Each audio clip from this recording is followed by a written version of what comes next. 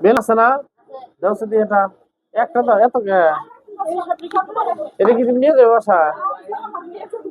তাহলে ধরো এটা ফটো দেবো না তাহলে। না, ফটো যাইবো। কয় তারিখ আজকে? 5 তারিখ। 5 তারিখ থেকে আজকে হলো ট্রেনিং সেন্টার বন্ধ। বন্ধ না? আর তোমরা আসবে কয় তারিখে? 11 তারিখ। 12 তারিখ। ফুটে না তো। কি বেলুন দিলা? হ্যাঁ, ধরো আর ফোটা লাগবো না। নাও।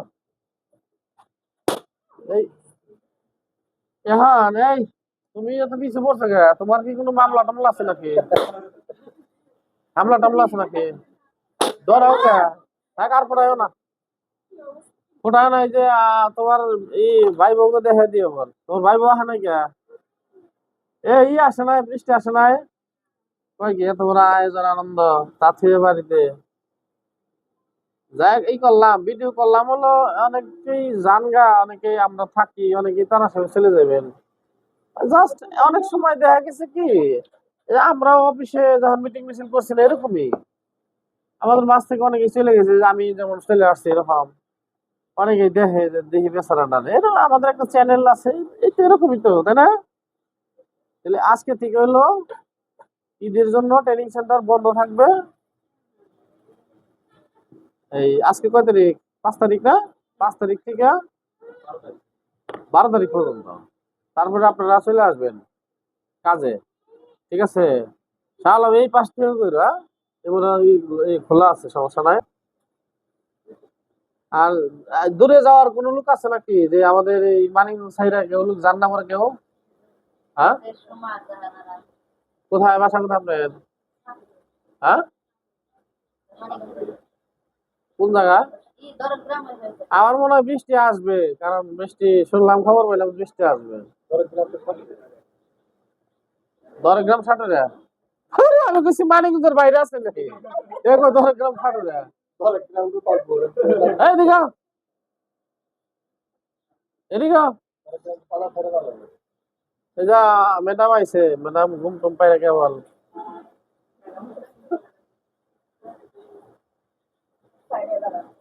তাহলে সাটুরা দরগ্রাম বাড়ি, এটা তো মানিকগঞ্জ জেলায় পড়ছে। মানে বলছি কি, যে মানিকগঞ্জের বাইরে কাউকে বাড়ি আছে নাকি? মানিকগঞ্জ জেলার বাইরে?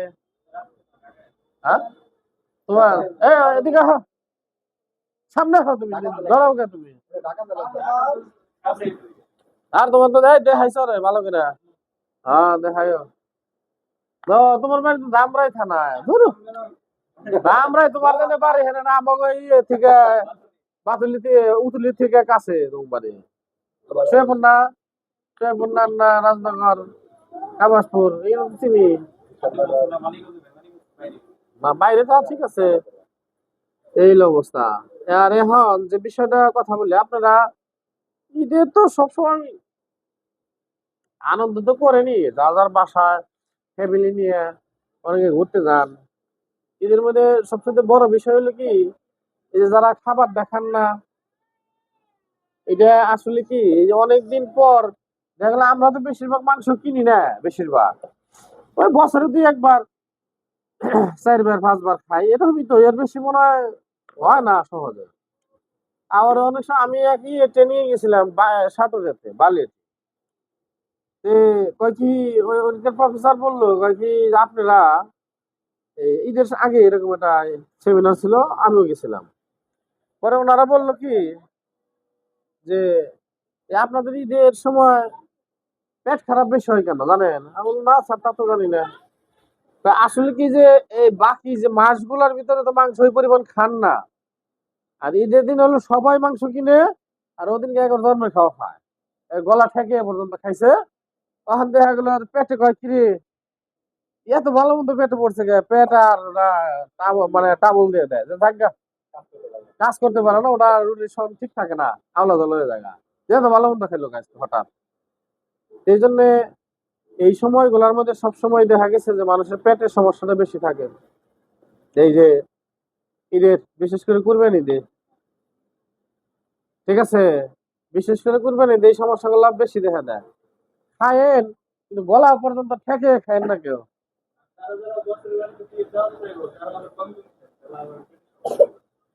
না, দাওয়াতে খায়েন, সমস্যা নাই। আল্লাহ পাক যা রাখছে ইনশাল্লাহ খায়েন, সমস্যা নাই। খাবার দাবার নিয়ে আমি কোনো সময় টেনশন করি না। খাই, এটা আমার কাছে ভাল লাগে। একজন বাড়িতে শুনে মেহমান গেলে আমাকে সবচেয়ে বেশি ভাল লাগে। অনেক মানুষ হালায় রে, টেহা নাই পয়সা নাই, আইলো তো ঝামেলা হয়ে যায় না, কিন্তু আমার কাছে আমি মেহমান গো ফোন করে আনি, যা হবে রে যাও আগে থেকে। এটা 2000 খরচ হয়েছে, 3000 খরচ যোগ, সমস্যা নাই। ঈদের একটা আনন্দ, তাই না? আচ্ছা, ঈদের তো আপনারা কেনাকাটা তো করছেনই সবাই, না বাকি আছে কেউ? বাকি যারা আছেন তারা একটু করে নিয়েন নাকি?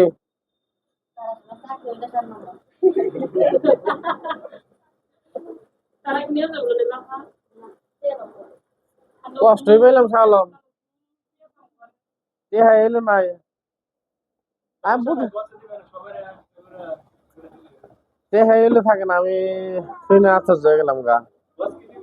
আর শুনেন আমি বলি, ঈদের পরে বুঝছেন, ঈদের পরে এটা লোকজনের চাপ এবং প্রেশার থাকবো, বুঝছেন? এটা তো জানেন প্রেশারটা কেমন থাকবো। এই গেটে ম্যাক্সিমাম 500 লোক দাঁড়াবো, ম্যাক্সিমাম। বুঝাইতে পারছি? 500, যারা যারা আপনাকে লিখে দিছি না, এগুলা মুখস্থ করেন সবাই। কালকে পাইছেন, মুখস্থ করেন। হ্যাঁ, যাওয়ার সময় নিয়ে যাই। যাই, এটা বেশি বাড়াবো না, বেশি বকবকাইলে এটা এখন আজকে খারাপ শোনা যাবো। মিষ্টি আনছো না? কয়টা আনছো? মিষ্টির থেকে না দেখি প্যাকেটের ওজনই বাড়ে। শালম খায় না বড় মিষ্টি, খানা বড়। আমাকে এক পাগল আছে, কয় কি এত মেরা হইবেন সত্য, কয় খা পামো কোনে যে খামো এত। এই কোন যায় আবার? এই শান্তা, ইমার্জেন্সি কে সময় পায় না আর, ওর বাপের গায়ে জ্বর। দেখা মিষ্টি দেখা যায় না বল, তুমি তো একখান খালি খারে নিছো। ঠিক আছে, চায়ের মধ্যে ঘুরিয়ে দেখায় প্রয়োজনে তুমি ভিতরে ঢুকো, বাইরে বেরেও। তাহলে কারে দিয়ে উদ্বোধন করা যাচ্ছে কছে দেখি। চলো, তুমি মুরব্বী মানো না তুমি। এই, দেখা যায় না, এই যে প্রেশার মাপার মিটার আছে, দেখা দিও যে মিষ্টি খেয়ে যদি প্রেশার বাইরে যায় সেক্ষেত্রে যাই।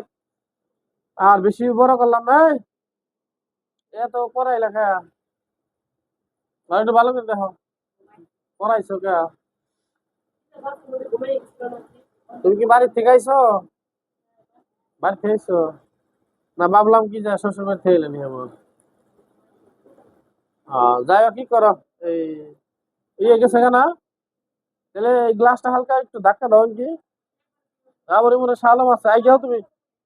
হ্যাঁ, তাহলে বাইরে দিয়ে এক উদ্বোধন করি না, যেহেতু মুরব্বী মানুষ। তারপরে গেলা সমন্বয় দিন নাও, যে খায়া খায় একটু বাইরান আল্লাহ রাস্তে। পোলাও আগে দিই, কারণ ওরা আবার। হ্যাঁ, এদিকে হাও, এদিকে হাও তোমরা। এই তুমি এদিকে হাও, তুমি এই বাচ্চা না, এদিকে হাও, দুজন দুজন আগে হাও। দাদা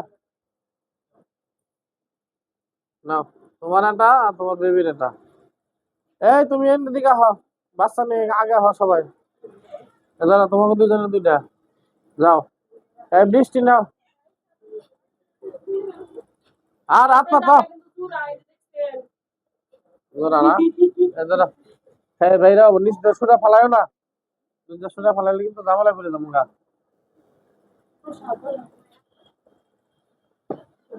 নিচে জানি পড়ে না।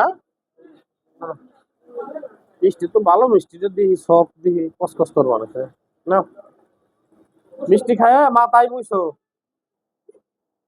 হ্যাঁ দাদা, বাস আমার আর দাঁত দিয়ে কি করবো, আমি তো দাঁত দিলে যাবো গা, ঝামেলা তো নেই। হ্যাঁ দাদা,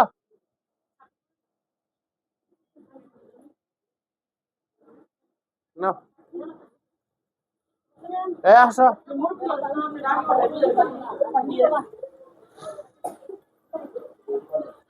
সবাই মিষ্টি মুখ করে দিলাম যাতে আবার মিঠা মুখে ঘুরে আহে না না আসো কাছে আসো ধরো এই নাও না না না বাইরে এটা আলগা বিরতি দরকার নাই আপনি খাইছেন আমার বুঝলি হ্যাঁ, মিষ্টি হলে ভালো জিনিস হ্যাঁ, হ্যাঁ।